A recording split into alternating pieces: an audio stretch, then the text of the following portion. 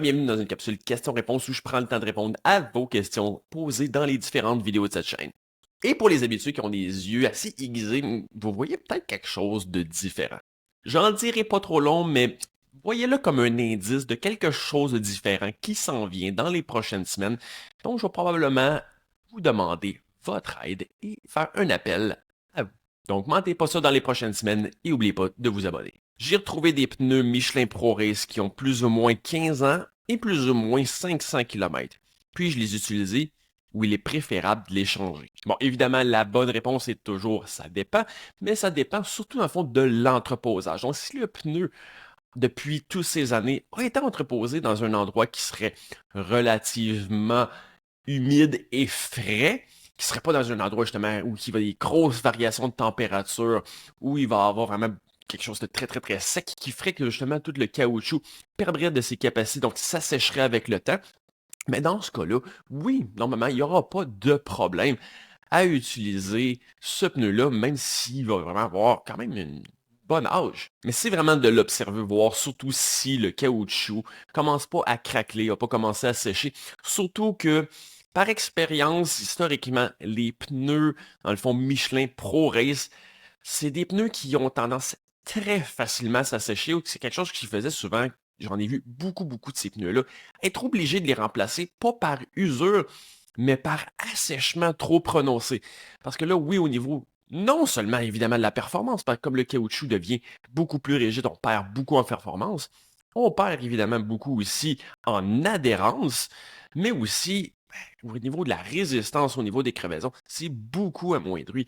Donc vraiment, faire une observation pour voir si le caoutchouc n'est pas séché, mais en général, même si ça fait 15 ans, s'il était, comme je dis, entreposé dans un endroit qui va être justement quand même frais et relativement humide, ou si peut-être pas directement au soleil, donc c'est aussi le soleil qui peut vraiment avoir influencé la qualité, dans le fond, les propriétés du caoutchouc.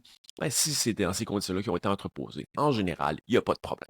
Si je change mon pédalier et que la longueur des manivelles passe de 180 mm à 175 mm, quelles sont les conséquences sur la hauteur et le recul de selle? Bon, évidemment, ça dépend c'est quoi le but du changement et c'est quoi qu'on recherche à aller chercher des manivelles plus courtes. Mais disons, règle générale, si on prend, comme dans cet exemple-là, une différence, donc 5 mm plus court de longueur de manivelle, ben, on va relever la selle de 5 mm et la reculer de 5 mm. Pourquoi? Bon, si on regarde un peu au niveau de la hauteur de selle en premier, ce qu'on essaie d'aller chercher d'habitude, quand on veut réduire, dans le fond, la longueur des manivelles, c'est d'avoir un arc de cercle plus petit, mais d'avoir dans le fond la même extension, le même degré d'extension dans le bas du pédalage. Ce qu'on veut réduire, c'est l'amplitude de mouvement dans le haut du pédalage. Donc si on réduit dans le fond la hauteur des manivelles, dans le bas, la pédale sera 5 mm plus haute. Donc pour garder la même extension, c'est pour ça qu'on va remonter la selle de 5 mm et dans le haut du pédalage, bien, on aura 10 mm de moins d'extension à aller chercher pour passer par-dessus la pédale quand on arrive à midi. Donc, c'est généralement le but. Et pour le recul de selle, ben, ça a surtout à avoir, dans le fond, pour avoir encore là un peu un copier-coller de la, la dynamique qu'il y avait avec les longueurs de manivelle d'origine. Donc, si on a vraiment une manivelle qui va être 5 mm plus courte, ben finalement, quand on arrive avec le pédalier en avant dans la zone de puissance, elle est 5 mm plus vers l'arrière. Donc, si on ne change pas le recul de selle, on n'aura pas justement la même relation avec la pédale. Donc, aussi, ce qui arrive, c'est qu'on peut se ramasser avec une projection davantage de la masse vers l'avant avec des manivelles plus courtes si on ne change pas le recul de selle. Donc, en temps normal, si on a des manivelles qui vont être un petit peu plus courtes, on va mettre le recul de selle de la même proportion un peu plus vers l'arrière pour éviter vraiment d'avoir la masse trop vers l'avant. C'est quelque chose qui peut être un problème parfois, justement, quand on a avec des manivelles très courtes. Oui, ça aide plusieurs choses, ceux qui vont avoir entre autres des problèmes au niveau de la mobilité, mais en même temps, ça peut amener davantage de masse vers l'avant du vélo.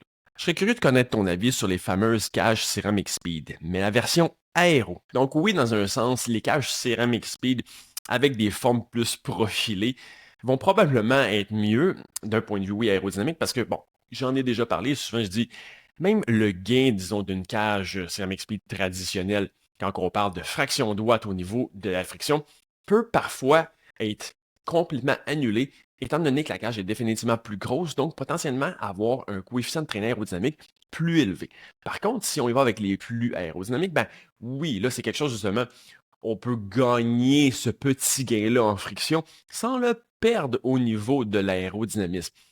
Mais ça devient malgré ça, avec le coût de ces bidules, vraiment, ça demeure dans des gains qui sont extrêmement minimes pour le prix demandé. Donc, vraiment parmi encore un des pires rendements au niveau des dollars ou des euros investis par rapport aux watts qui vont être réellement sauvés. Ironiquement, des chape de dérailleur Ceramic Speed, d'un point de vue purement performance, je crois qu'il y aurait même plus de potentiel dans des conditions comme en gravel bike ou en vélo de montagne, où que là, finalement, la friction mécanique par rapport à la chaîne, étant donné qu'on est beaucoup plus dans des contaminants, prend une plus grosse partie de l'équation qu'en vélo de route.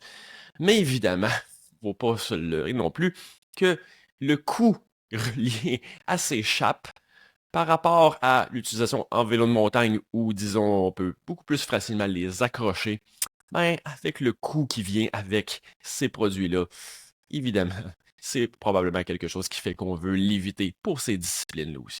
Donc, continuez à poser vos questions dans les différentes capsules des vidéos sur cette chaîne et je vous dis à la prochaine.